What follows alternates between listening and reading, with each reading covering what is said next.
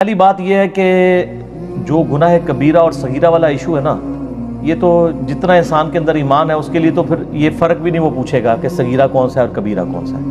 صحیح مسلم میں حدیث ہے کہ گناہ مؤمن کے لیے ایسا ہے جیسے اس کے سر پہ کسی نے پہاڑ رکھ دیا ہو، اور منافق کے لیے، فاسق و فاجر شخص کے لیے ایسے یہ گویا ناک میں مکھی بیٹھی تھی اڑا دی، کوئی بار ہی نہیں اس کا۔ یہ مومن اور منافق کے اندر فرق ہے۔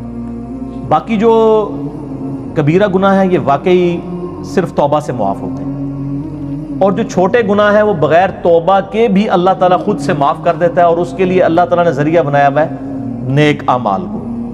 اس حوالے سے اگر آپ سورہ نساء کے اندر ایک آیت مبارکہ ہے، بڑی کرٹیکل ہے، وہ غالباً 31 نمبر ہے۔ اعوذ باللہ من الشیطان الرجیم، بسم اللہ الرحمن الرحیم۔ ان تجتنبوا کبائر ما تنہون عنہ، اگر تم ان بڑے بڑے گناہوں سے بچ جاؤ گے جن سے تمہیں منع کیا گیا ہے، نکفر عنکم سیئاتکم، تو اللہ تعالیٰ چھوٹے گناہ ویسے ہی معاف کر دے گا۔ اللہ اکبر۔ وندخلکم مدخلا کریما، اور تمہیں ہمیشہ کی عزت اور اکرام والی جگہ میں یعنی جنت کے اندر داخل کرے گا۔ بڑے گناہوں سے بچنا ہے، وہ بڑے گناہ میں بعد میں بتاتا ہوں کون سے ہیں۔ ہماری بدقسمتی ہے کہ اکثر گناہ بڑے ہی ہیں، چھوٹے گناہ جو ہیں وہ اس کی ڈیٹیل، بلکہ چھوٹے گناہوں کے بارے میں بھی اتفاق ہے کہ چھوٹا گناہ بھی جو ہمیشہ کیا جائے تو وہ بڑے کی کیٹیگری میں فال کرتا ہے۔ ایک اور آیت ہے سورۃ النجم میں، یہ زبردست ہے۔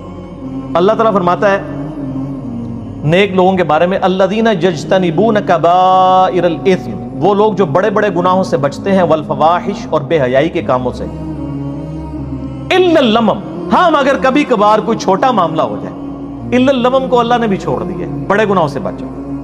ان ربک واسع المغفرہ، بے شک تیرا رب وسعت والا ہے مغفرت کے اعتبار سے، ہوا اعلم بکم، وہ تو تمہیں اس وقت سے جانتا ہے، اذا انشأکم من الارض، جب تم زمین سے اگے تھے۔ ہائے ہائے ہائے، انسان بھی زمین سے اگا ہے، کیونکہ انسان جس منی کے قطرے کی پیداوار ہے، وہ منی کیسے تیار ہوتی ہے؟ اس خوراک سے جو زمین سے نکلتی ہے۔ ادھر تک اللہ تعالیٰ نے بات کی ہے۔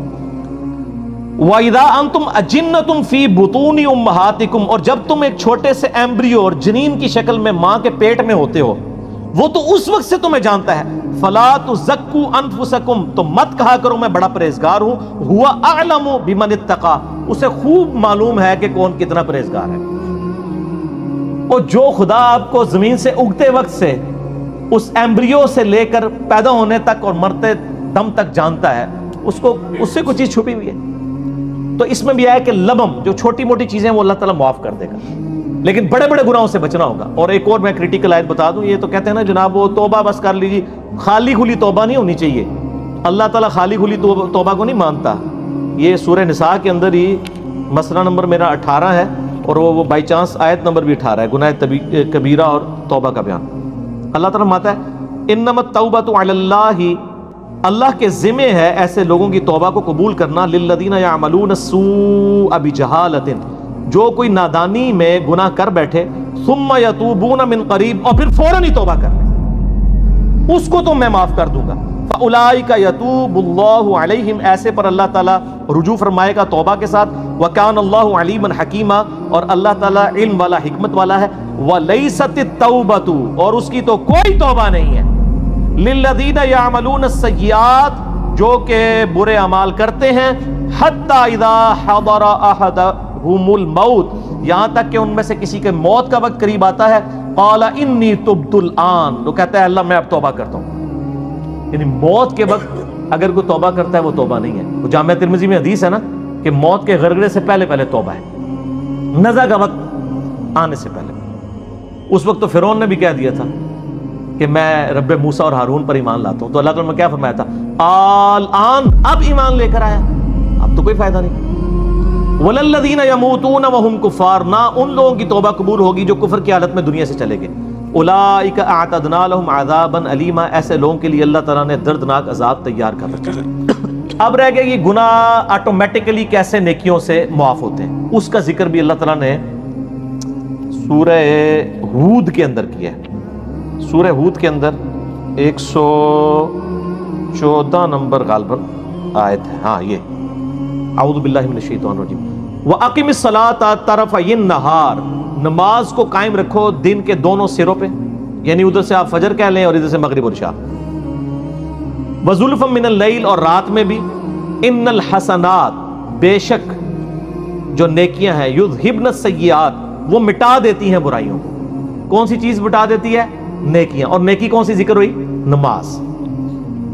ذَلِكَ ذِکْرَىٰ لِلذَّاکِرِینَ، یہ نصیحت ہے ان لوگوں کے لیے جو نصیحت قبول کرنے والے ہیں۔ اس آیت کے کانٹیکسٹ میں ایک بڑی زبردست حدیث ہے جو بخاری اور مسلم دونوں میں ہے۔ اس سے ویسے بعض لوگوں نے غلط رزلٹ بھی نکالے ہیں اور اس کی بنیاد کے اوپر وہ ڈیٹس بھی مارتے ہیں کالج اور یونیورسٹیز کے اسٹوڈنٹس۔ میرا مسئلہ نمبر 106 بہت پہلے ریکارڈ ہے، آج میں اس ڈیٹیل میں نہیں جاؤں گا۔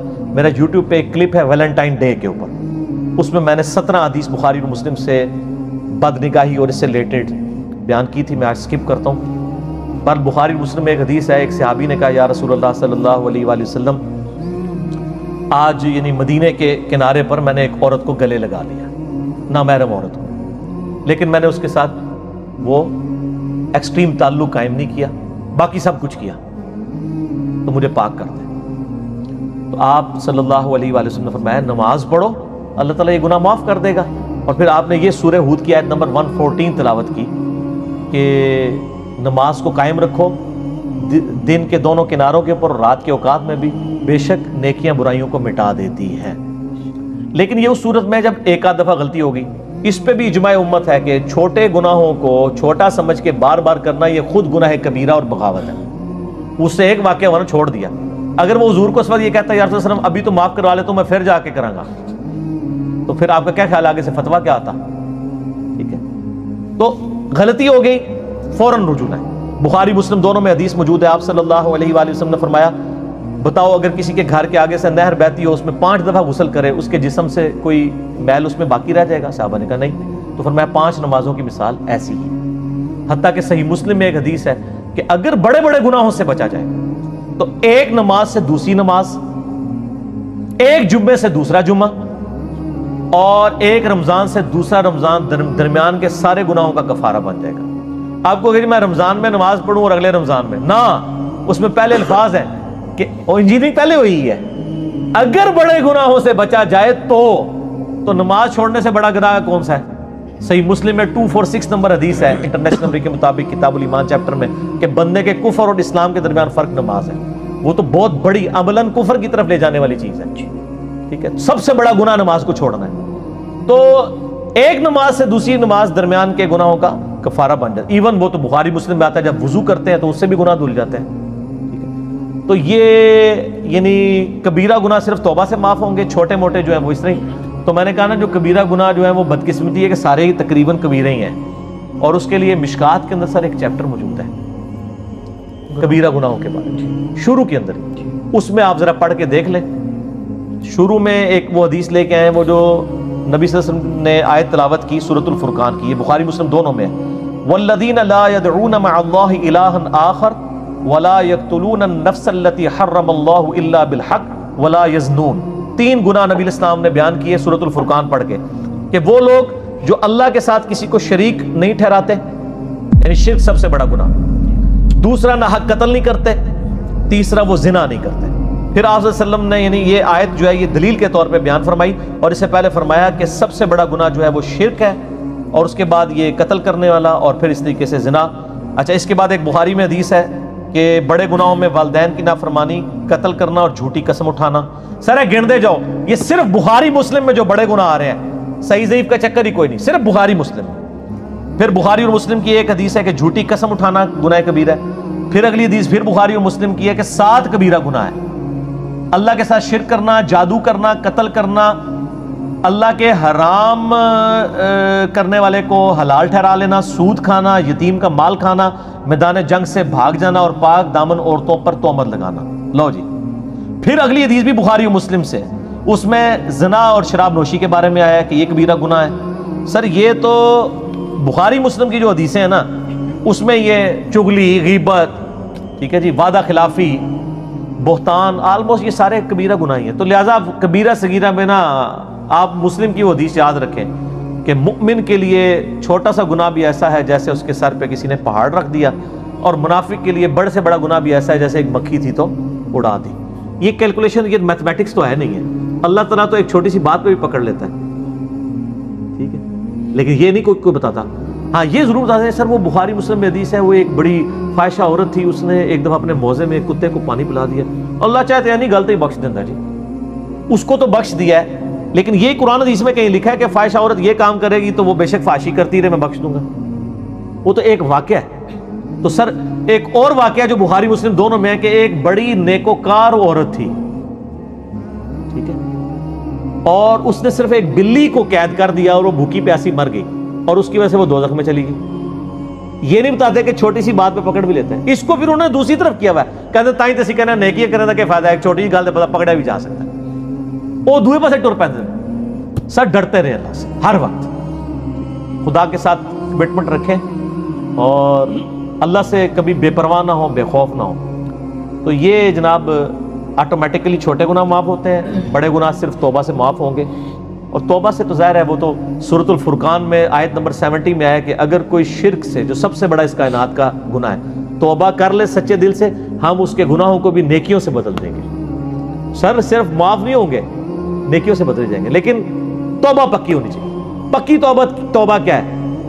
ندامت کرنا، آندہ نہ کرنے کا پکا عہد کرنا، پھر عہد ٹوٹ جائے پھر توبہ کر لیں، پھر اللہ کی طرف آئیں، لیکن اس نیت پہ توبہ نہ کریں کہ آندہ میں جو ہوں وہ پھر کر لوں گا۔